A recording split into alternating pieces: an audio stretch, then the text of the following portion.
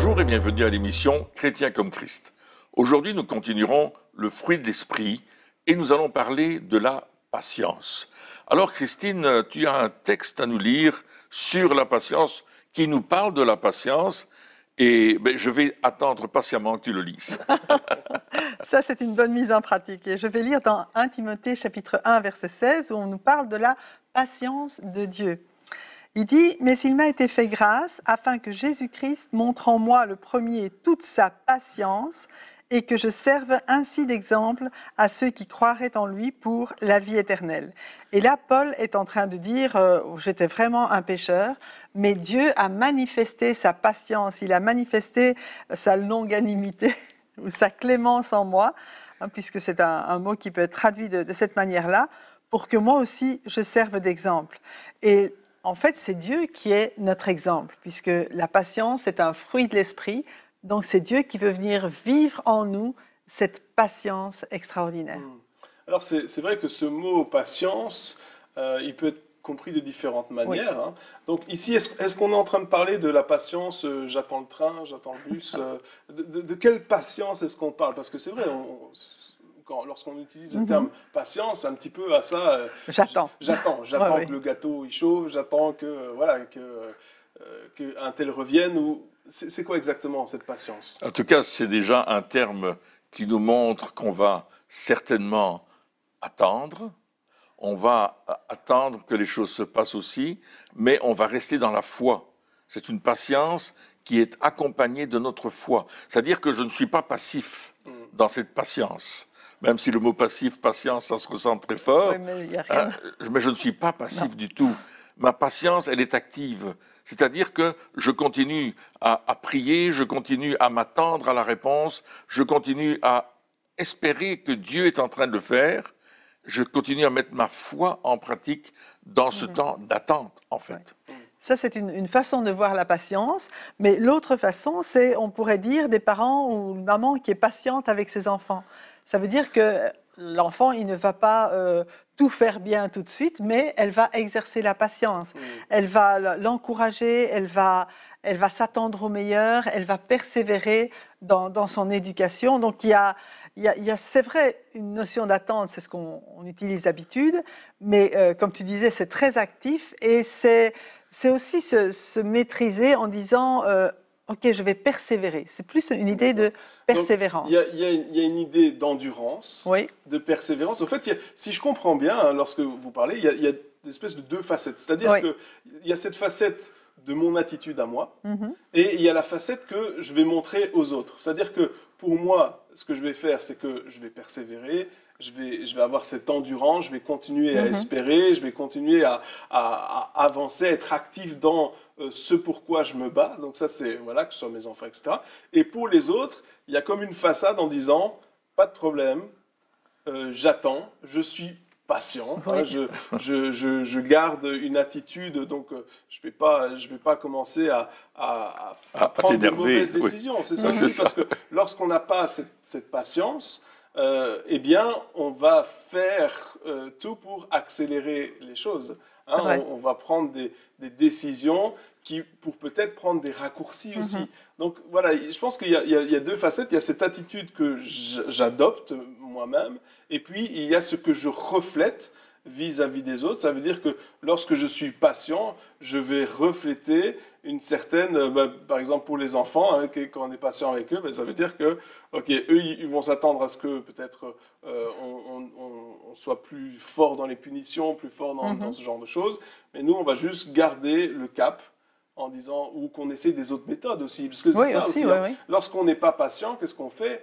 On essaye d'autres méthodes qui sont censées fonctionner alors que celles qu'on utilise ne fonctionnent pas. Mais parce qu'on est dans une société où on veut tout de suite. C'est ça. Hein, le contraire de la patience, c'est je le veux tout de suite. Et si je ne l'ai pas, je cache tout. donc quelque part, la patience va nous aider à accepter le plan de Dieu. Oui. Vu que donc, encore une fois, on veut tout de suite, si on ne l'a pas, on change. Donc Dieu, il a un plan A. J'aime bien cette manière de voir les choses. Dieu, il a un plan A. Et c'est ce qu'il nous dit, voilà, pour rentrer dans ma volonté, pour faire ce que je veux que tu fasses, voici ce que tu dois faire. on fait ce que Dieu nous demande de faire, et là on voit que naturellement, eh bien, il n'y a pas les fruits que nous on attendait, ça ne va pas aussi vite qu'on attendait, on n'a pas la réponse qu'on désirait à la base, ou en tout cas pas assez vite, et donc qu'est-ce qu'on va faire? On va prendre un plan B, qui est censé nous amener plus vite, et c'est une bonne intention. C'est-à-dire que l'intention, elle est bonne. L'intention, elle est de faire la volonté de Dieu. L'intention, elle est d'avoir ce que Dieu veut pour nous. D'aider Dieu, en fait. Hein, on veut essayer d'aider Dieu, oui, c'est vrai. Mais finalement, c'est ce manque de patience qui va mettre en épreuve notre foi, quelque part, parce que voilà, notre confiance et en danger le but, l'objectif. Voilà, mais ça va mettre notre foi, notre confiance en Dieu à mal, ça va mettre en danger l'objectif qu'on essaie d'atteindre, tout ça parce que, quelque part, on se dit, aidons Dieu, parce que, mais la base de ça, la racine, c'est que la patience n'est pas là. C'est ça. Et la patience, elle s'inscrit toujours dans le temps. Oui. Il faut mettre patience avec le temps. Hein, parce que si on n'a pas... Je veux dire quelque chose. Oui. T'as levé le doigt. Si on ne considère pas le temps, alors la patience n'existe pas. Parce que la patience, elle est inscrite dans le temps. Voilà. J'ai attendu patiemment. Et je persévère. Parce qu'en fait, la patience, c'est aussi la persévérance. C'est-à-dire, on continue à agir selon ce que Dieu nous a demandé. On continue à obéir au Seigneur en s'attendant. Comme tu le disais, il y a vraiment cette notion, je crois Dieu, donc je vais persévérer dans la voie qu'il m'a demandé, qu'il m'a donnée, et je vais m'attendre à. Donc il y a une attente, mais c'est une attente positive. Je veux dire, je sais que ça va venir, mais moi je dois persévérer. Et on dit souvent, percez, vous verrez. Hein. Exactement. Mais en même temps, si on prend la réalité des choses, et la réalité de la nature humaine, c'est qu'on est impatient.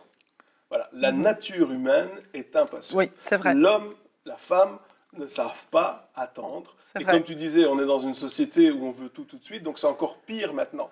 Donc l'homme n'a jamais été patient. Hein, si on peut lire la Bible, et dans toute l'histoire de la Bible, on verra, le plan B. Ou le plan B, on verra que toujours l'homme est impatient, il veut tout de suite, il veut le plus vite possible. D'ailleurs, si on regarde même autour de nous, la plupart des inventions qui ont été créées, elles sont pour accélérer les choses. Hein, la voiture, c'est pour aller plus vite, la machine à laver, c'est comme ça, tu ne dois pas le faire, donc ça va plus vite pour toi, etc. Donc il y a plein de choses qui sont là. Le four à micro-ondes, Seigneur. Il y a plein de choses qui sont là pour accélérer les inventions, enfin en tout cas beaucoup, ont été faites pour que ça aille de plus en plus vite. Hein. D'ailleurs, on voit, si vous regardez un petit peu les voitures aujourd'hui, eh bien les voitures vont de plus en plus vite. Là, il y a la limitation qui ne change pas, mais la voiture, elle peut aller à 400 km/h, même si c'est limité à 120, 130, 110, peu importe. Et donc, la nature humaine, elle est impatiente. Et ça, il faut le savoir, parce que sinon on va se dire, ah ben, ok, pas de problème, je vais travailler ma patience, je vais le faire moi-même, je vais le faire par mes propres forces, etc. Mais sans réaliser que, comme on l'a dit dans le titre, c'est un fruit de l'esprit. Amen. Tout à fait. Ça ne vient pas de nous. C'est-à-dire que, humainement parlant, notre nature pécheresse, elle est impatiente. Et c'est seulement au travers du Saint-Esprit, bien sûr, le Saint-Esprit qui transforme notre nature. Hein. On disait c'est un fruit ça grandit. Hein. Mais c'est au travers du Saint-Esprit que seulement cette patience-là peut prendre forme dans notre vie. Absolument. Et il y a dans cette notion de patience, il y a cette notion de vouloir grandir sainement.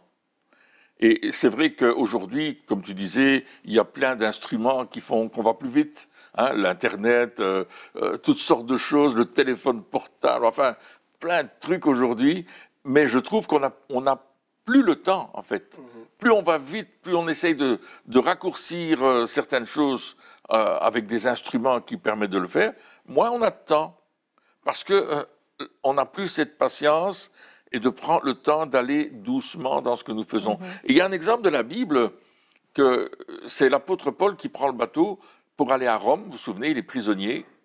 Et puis à un certain moment, le bateau s'arrête quelque part et Paul dit, il vaut mieux pas prendre la mer parce que on risque d'avoir un accident. Ouais, il va y avoir une tempête. Oui, et puis lui, il sentait ça dans l'esprit, je pense. Et il l'a dit au capitaine, il a dit au chef militaire qui était avec lui. Et puis, ils ont dit, non, qu'est-ce que c'est Paul, qu'est-ce qu'il connaît la navigation non, on va y aller. Paul a dit, n'y allez pas. Et cet homme était impatient d'arriver à Rome avec son bateau. Donc, il dit, on le fait. Et ils sont partis. Et résultat des courses, le naufrage. À un certain moment, ils ont dû tout jeter par-dessus bord à cause de leur impatience. Ils ont perdu toutes leurs marchandises. À cause de leur impatience, ils vont perdre le bateau. Ils vont tout perdre parce qu'ils étaient impatients. Et Paul leur dit, écoutez, ne faites pas cela. Confiez-vous à Dieu. Et puis, il y a un ange qui va venir pendant la nuit et lui dire, écoute, vous n'allez pas couler, il n'y a personne qui sera mort, mais il faut que tout le monde reste ensemble.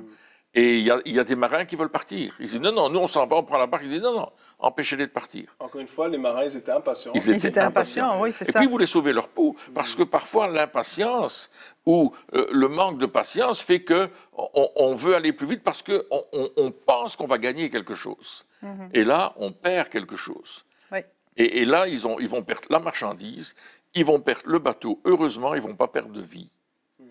Oui, par la grâce de Dieu. Mais par la grâce de Dieu, parce qu'ils vont devoir quand même se jeter à la mer et être récupérés sur la plage. C'est quand même un naufrage. Donc, si on résume un peu, l'impatience est un piège. Oui. Ah oui. L'impatience est un piège.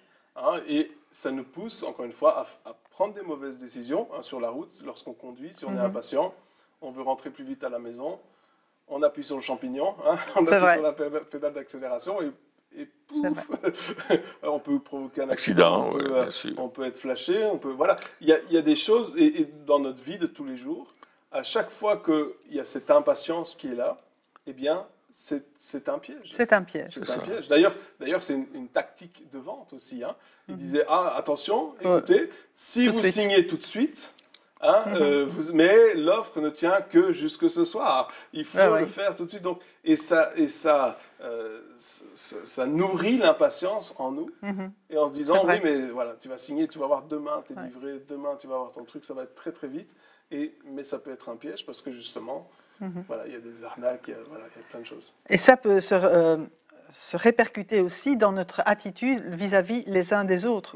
Ou par exemple, il y a quelqu'un, on voudrait qu'il change, notre conjoint ou bien quelqu'un dans l'église, et on est impatient vis-à-vis de cette personne, alors que ce que Dieu est avec nous, lui, il a été patient, il a attendu qu'on vienne à lui. Il a persévéré, il a continué à nous appeler, à nous attirer, et son amour n'a pas diminué, même si on l'a fait attendre. Et de la même manière, il nous dit que cette attitude que l'Esprit met en nous, c'est aussi d'espérer que les autres, leur laisser le temps aussi d'agir, leur laisser le temps d'évoluer, leur laisser le temps de pouvoir grandir dans la foi, mais toujours les entourer de notre amour. Je parlais d'une maman avec ses enfants, mais dans l'Église, c'est exactement la même chose, parce qu'on voudrait, regarde un tel, il fait encore ceci, il fait encore cela, mais laisse le temps et sois patient, sois persévérant. Exactement, donc si on est impatient, qu'est-ce qui va se passer? On va vouloir l'aider à changer plus vite. Oui. Et donc, on va se dire, on va lui dire certaines choses. On va avoir recours à la manipulation. Manipulation, tout à fait. À la manipulation pour, encore une fois, se dire, le plan A de Dieu, il est bien, mais il ne va pas assez vite. On va aider un peu Dieu. Apparemment, Dieu l'a oublié. Alors que Dieu travaille le cœur, alors que Dieu est en train de faire son œuvre. Mais voilà, je pense qu'on n'est pas là pour juger. On a tous fait ces erreurs. Tout à fait. Comme tu disais, c'est intrinsèque, l'impatience. Mais je pense qu'à un certain moment, des fois, j'aime ce dicton qui dit qu'avant de parler, il faut tourner 7 fois sa langue dans sa bouche. Pourquoi ? Parce que ça fait preuve de patience. Oui. On aimerait parler tout de suite, on aimerait dire les choses tout de suite telles qu'on pense, là, direct, là, on veut répondre du tac au tac. Mais même dans notre manière de parler, même dans nos réponses, lorsque on utilise la patience, eh bien, à ce moment-là, on réfléchit et on appelle même ça la sagesse. Oui, on peut même avoir de la sagesse parce que justement, au lieu de parler tout de suite, on attend, on fait un process des choses et puis seulement après, on peut dire les choses et on dira peut-être pas ce qu'on voulait dire tout au début. Généralement, c'est comme ça que ça se passe. Oui, ça change. Et puis parce que nous, on change. Ouais. Hein, si on écoute Dieu, on va changer. Et puis je pensais à la patience aussi dans la prière. Oui. On intercède pour des choses et parfois on est fâché de ne pas avoir de réponse tout de suite. Ah, Dieu n'a pas répondu, pourtant j'ai prié, etc. Au lieu de s'examiner soi-même et de se dire peut-être que ma demande, même si elle est légitime, elle n'était pas bien faite, elle n'était pas exactement comme la parole de Dieu aurait voulu que je le fasse. Et c'est la raison pour laquelle je n'obtiens pas les promesses de Dieu. Et on voit ça avec Abraham. Abraham, où Dieu lui dit, tu vas avoir un enfant, là, il y aura un héritier, il y aura un héritage, il n'a pas d'enfant. Et Dieu lui dit, ta descendance sera aussi nombreuse que les étoiles du ciel. Alors moi, je vois Abraham en train de compter les étoiles, il dit, ah, j'en ai raté une, je recommence. Il n'arrivait pas au bout. Mais puis, il voit que sa femme vieillit, il voit que les circonstances de la vie, des choses naturelles, ne sont plus remplies pour qu'il puisse avoir cet enfant. Et il commence à douter de Dieu, il commence à douter qu'il va avoir cet enfant. Et donc, il va prendre le plan B, comme tu dis, il va prendre sa servante et il va avoir un enfant avec sa servante. Alors que Dieu a dit, mais tu vas avoir cet enfant. Et parfois, dans la prière, c'est la même chose pour nous. Dieu nous a fait des promesses au sujet de certaines choses de notre vie. Ça peut être au sujet de l'appel que nous avons, ça peut être au sujet de notre famille, ça peut être au sujet de rencontrer un mari ou de rencontrer une épouse, ça peut être beaucoup de choses. Et puis on devient impatient et puis on dit, bon, puisque Dieu ne répond pas, je vais le faire. Je vais choisir, je vais prendre ma décision. Et là, encore une fois, dans la prière, il faut être patient. Dans la prière, il faut persévérer jusqu'au moment où on voit l'exaucement. Ouais. Et ça, c'est parce qu'on fait confiance à Dieu. Oui. Hein? Il est dit dans un psaume qui dit « Un espoir différé rend le cœur malade. » C'est vrai. Mais là, lorsque c'est accompli, c'est un arbre de vie. Donc, quelque part, on a des fois justement cette attitude-là de dire l'espoir, il est différé, ça attend trop longtemps, j'ai intercédé, j'ai persévéré, j'ai prié, j'ai attendu, et ça n'a pas fonctionné, on n'est pas encore... Et j'aimerais que ce soit là. Et quelque part, l'attitude qu'on a, c'est d'avoir ce cœur malade, ce cœur triste, cette angoisse qui est là, parce que justement, on n'a pas vu le résultat. Et j'aimerais dire que c'est quelque chose d'humain. Des fois, on se dit, ah mais non, il faut que je fais semblant que tout va bien. Je dis aux autres, par exemple, les gens ils me disent, oui, mais oh oui, mais Dieu va agir, c'est ce on a les bonnes réponses, hein, on a les bonnes paroles qui sortent de notre bouche, mais à l'intérieur... On n'a pas la bonne attitude. À l'intérieur, on est fâché, et le pire, c'est qu'on est fâché contre Dieu. C'est à Dieu qu'on en veut. C'est pas aux hommes, parce que lorsqu'on prie et qu'on n'a pas la réponse tout de suite, le manque de patience nous fait aussi regarder Dieu comme notre ennemi. Alors que c'est lui notre ami, alors que c'est lui qui va répondre aux prières, il nous fait regarder Dieu comme notre ennemi finalement, comme quelqu'un qui est contre nous, comme quelqu'un qui finalement veut pas notre bien, etc. Donc on a aussi, lorsqu'on rentre dans ce piège de l'impatience, on rentre dans une vision des choses qui est déformée, qui est mauvaise, et combien de personnes n'ont pas terminé par ne plus rien vouloir savoir de Dieu, de s'éloigner complètement du plan de Dieu, etc. Et alors, je me dis, mais comment est-ce qu'on fait ? Comment est-ce qu'on fait ? Vas-y, réponds. Alors, t'as envie de parler depuis tout à l'heure. J'ai envie de parler depuis tout à l'heure. Tu vois, j'attends le bon moment. Et je vais lire Hébreux chapitre 6, les versets 10 à 12, qui dit « En effet, Dieu n'est pas injuste pour oublier votre œuvre et le travail de votre amour. Vous avez démontré votre amour pour son nom par les services que vous avez rendus et que vous rendez encore aux saints, et nous désirons que chacun de vous fasse preuve du même zèle pour conserver jusqu'à la fin une pleine espérance. Ainsi, vous ne vous relâcherez pas, mais vous imiterez ceux qui, par la foi et la patience, reçoivent l'héritage promis. » Et là, on voit justement que la foi et la patience, je dirais que la foi vient à l'aide de la patience. Parce que si on garde nos yeux sur ce que Dieu dit, si vraiment, au lieu de regarder à ce qu'on voit et à nos expériences et à ce qu'on voit ou à ce qu'on ne voit pas, justement, mais on continue à regarder au Seigneur et à ses promesses, et que notre foi va nous permettre de continuer à être patient pour aller jusqu'à l'exaucement total, pour aller jusqu'au moment où on reçoit pleinement ce que Dieu a promis. Exactement, et cette persévérance, elle nous mène à la victoire. Elle nous mène... Donc, au fait, cette patience le fait de pouvoir attendre et de persévérer, d'endurer, de continuer malgré tout, ça va nous mener à la victoire. C'est à chaque fois, il n'y a pas seulement un passage qui en parle, il y en a plusieurs. Oui. Et donc, à chaque fois, donc, ça va nous amener à la victoire. Et pourquoi c'est important? Parce que le fait de persévérer, le fait d'avoir cette patience nous amène à la victoire. Et donc, qu'est-ce qui va se passer? Il va se passer que la fois d'après, lorsqu'on aura de nouveau une épreuve, on va se souvenir et se dire, comment est-ce que j'ai eu la victoire la dernière fois? La dernière fois, je n'ai pas eu la victoire en me débattant dans tous les sens. Je n'ai pas eu la victoire en essayant plan B, C, D, E, F, G, H et jusqu'à Z et on invente des nouvelles lettres à l'alphabet parce qu'il n'y en a pas assez. C'est pas comme ça. J'ai essayé ça, mais ça n'a pas fonctionné. Mais ça a fonctionné lorsque j'ai continué, j'ai persévéré, j'ai enduré. Et donc, la patience va entraîner encore plus de patience. C'est vrai. Elle va nous conduire à la... C'est pour ça d'ailleurs que les personnes plus âgées, souvent, pas toujours, mais souvent, ont plus de patience que les jeunes. Ils ont plus d'expérience. Parce qu'ils ont plus d'expérience, parce qu'ils savent que, ouais, vas-y, débat-toi, vas-y, allez, vas-y dans tous les sens. Oui, c'est bien, moi je vais juste attendre ici. Mais c'est vrai, c'est juste vrai. Même l'histoire, enfin les règles de la vie nous apprennent déjà ça. Hein? Pourquoi? Parce qu'ils savent que ça ne sert à rien, ça sert à rien de faire tout ça. Il faut juste continuer, bien sûr, mais dans la patience. Mais encore une fois, et je pense que c'est vraiment important d'insister là-dessus, c'est un fruit de l'esprit. Absolument. Et donc, tout à fait. c'est parce qu'on pourrait se dire, voilà, je vais attendre d'être vieux, d'avoir, je dirais pas quel âge quand on est vieux, mais je vais attendre d'avoir un certain âge pour pouvoir dire que je suis patient. Mais alors ça, c'est vrai, mais c'est humain et c'est un processus qui va prendre très très longtemps.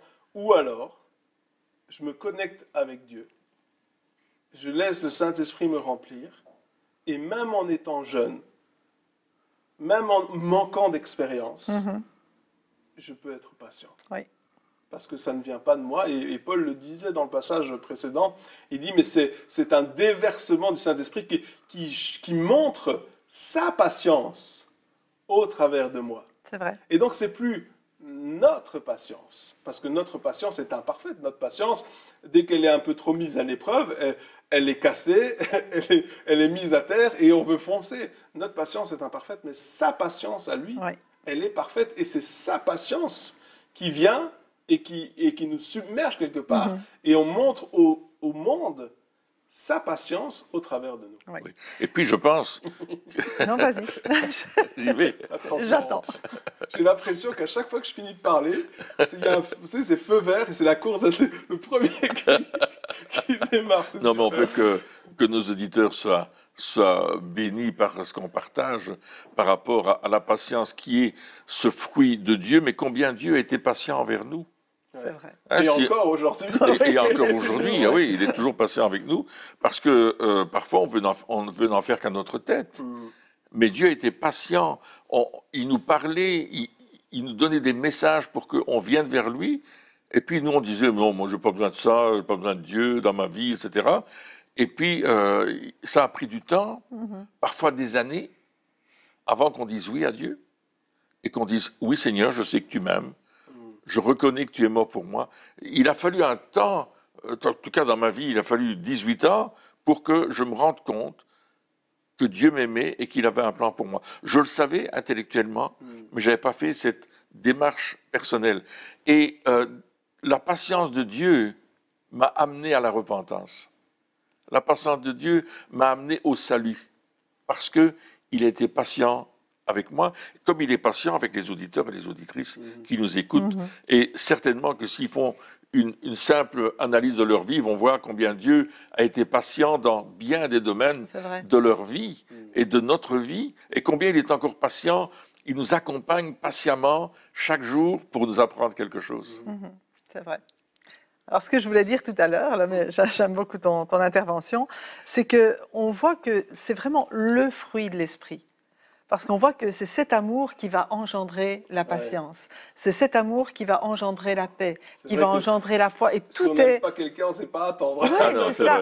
Et vraiment, tout est, je vais dire, entremêlé parce que c'est un seul fruit que le Saint-Esprit produit en nous. Et c'est vraiment l'amour de Dieu qui nous amène à être patients, qui nous amène à être persévérants, qui nous amène à croire au-delà de toute apparence. Et je pense que qui nous garde dans la paix, malgré l'attente. Parce que là aussi, une attente, je veux dire, un espoir différé, ça crée un stress en nous. Mais Dieu a une provision de paix dans ces moments qui nous permet d'attendre et de persévérer et de croire encore, malgré les apparences qui ne sont pas là. Le merveilleux exemple, c'est le père du fils prodigue. Le père du fils prodigue, tout à fait. Qui lui, il a attendu patiemment. C'est vraiment très intéressant parce que un parent normal aujourd'hui n'attendrait pas. Un parent normal, qu'est-ce qu'il ferait? Il courrait pour essayer de convaincre, pour essayer de... Voilà, il essayerait des trucs et astuces pour pouvoir... et pour la bonne cause, encore une fois. Mais le père du fils prodigue, c'est par amour qu'il a attendu. Ouais. C'est par amour qu'il a attendu. Et je pense aussi, je pense à nos auditeurs maintenant, et je me dis, peut-être que justement, ils sont en train de prier pour quelqu'un, ou un fils, une fille, peut-être un parent, et des fois, on essaye par nos propres forces de les changer, on essaye avec des beaux discours, on essaye, comme on disait, par des discours persuasifs, on essaye de le faire. Et des fois, c'est pire que ça fait le contraire. Et ça fait le contraire, ça fait le contraire, et ça rejette les gens. Alors que des fois, il suffit juste d'attendre. Et d'aimer. Patiemment, et aimer, bien sûr. Et prier. Le père, lorsqu'il est revenu, c'était là le moment clé. Il avait les bras grands ouverts, il a couru vers le fils, mais il a attendu qu'il revienne. Et je pense que ça peut être aussi une clé pour tous ceux qui prient pour des êtres chers. Et je pense que des fois, il y a cet esprit d'accusation qui vient aussi, c'est un piège, et qui dit « mais tu fais pas assez, tu dis pas assez de choses, tu devrais lui parler comme ça ». Et encore une fois, l'impatience est un piège, et l'accusation, et au lieu de ça, persévérer dans la prière. Ouais. Au lieu de ça, dire au Saint-Esprit « mais montre-moi comment est-ce que je dois prier ». Comment est-ce que je dois... Quelles sont les paroles que je dois dire? Comment est-ce que je dois faire? Saint-Esprit, viens et remplis-moi de ta patience. Et même notre attitude aussi vis-à-vis de cette personne-là va changer parce que... Ou de la situation. Au lieu de presser, toujours de harceler, on va avoir une attitude de patience. Et ça aussi, ça va affecter les choses parce que qui nous sommes changera lorsque nous aurons... Merci Saint-Esprit. Eh bien, merci de nous avoir suivis encore pour cette émission. Et on se retrouve très bientôt pour la suite.